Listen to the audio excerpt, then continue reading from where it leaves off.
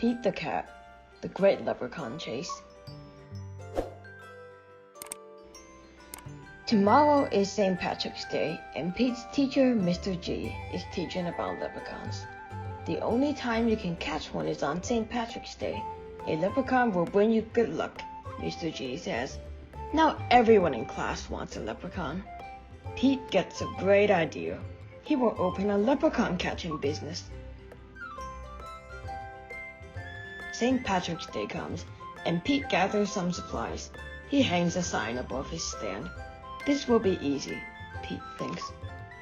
Squirrel is Pete's first customer.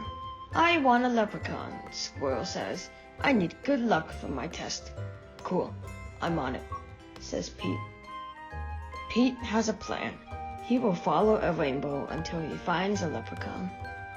Finally, Pete arrives at the end of the rainbow and finds Clover the leprechaun next to a pot of gold. Pete sneaks up behind Clover. Swoosh! But Clover is too fast. Did you think you could catch me so easily? He asks. Once there was a cat named Pete who thought nabbing some luck would be neat. Then he happened upon a smart leprechaun, who he'll find quite tricky to beat. Clover disappears in a puff of green smoke. Pete will need a new plan. That afternoon, Gus visits Pete's lucky leprechaun catchers. I want a leprechaun, Gus says. I need good luck for my band recital. Pete says, I'll see what I can do. Pete plans to lure Clover out with his music. He plays a jaunty song on his guitar. Before long, Clover dances over to Pete. Just a little closer, Pete thinks. Suddenly, Clover starts spinning around Pete. Round and round, Clover goes faster and faster. Oh no! Clover wraps up Pete with the rope. Pete has finally met his match, a crafty leprechaun he just can't catch. He'll never win. He better give in, or find something else to snatch. That evening, Callie visits Pete's lucky leprechaun catchers. I want a leprechaun, Callie says. I need good luck for my tennis match. Says Pete. St. Patrick's Day is almost over. There isn't much time left to catch a leprechaun. But Pete won't give up yet. Pete sets a trap for Clover. Before long, Clover tiptoes up to the trap and sniffs the air. I love candy, he whispers, peering inside the box.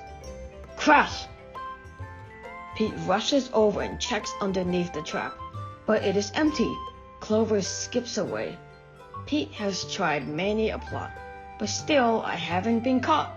And isn't it dandy, I even got candy, while Pete ends up with squat. Pete has an idea. He follows the trail of spilled candy to Clover's secret hideout. Pete sneaks up behind Clover. Swoosh! Pete finally catches Clover. Why do you want me? Clover asks. I'm helping my friends who need some extra luck, Pete says. Luck doesn't come from having a leprechaun, says Clover. You and your friends have each other. That already makes you as lucky as can be. Could Clover be right? Pete is one very lucky cat. A lucky cat doesn't need a lucky leprechaun. He lets Clover go. Pete decides he will be the good luck his friends need by helping them out himself. Pete helps Squirrel study for his test. Squirrel aces it. Pete helps Gus rehearse for the recital.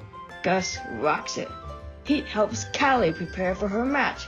Callie wins it. Clover magically appears. Good job, Pete, says Clover. I have one more poem for you.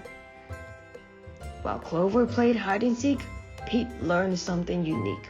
The luck that you make beats luck that you take any old day of the week.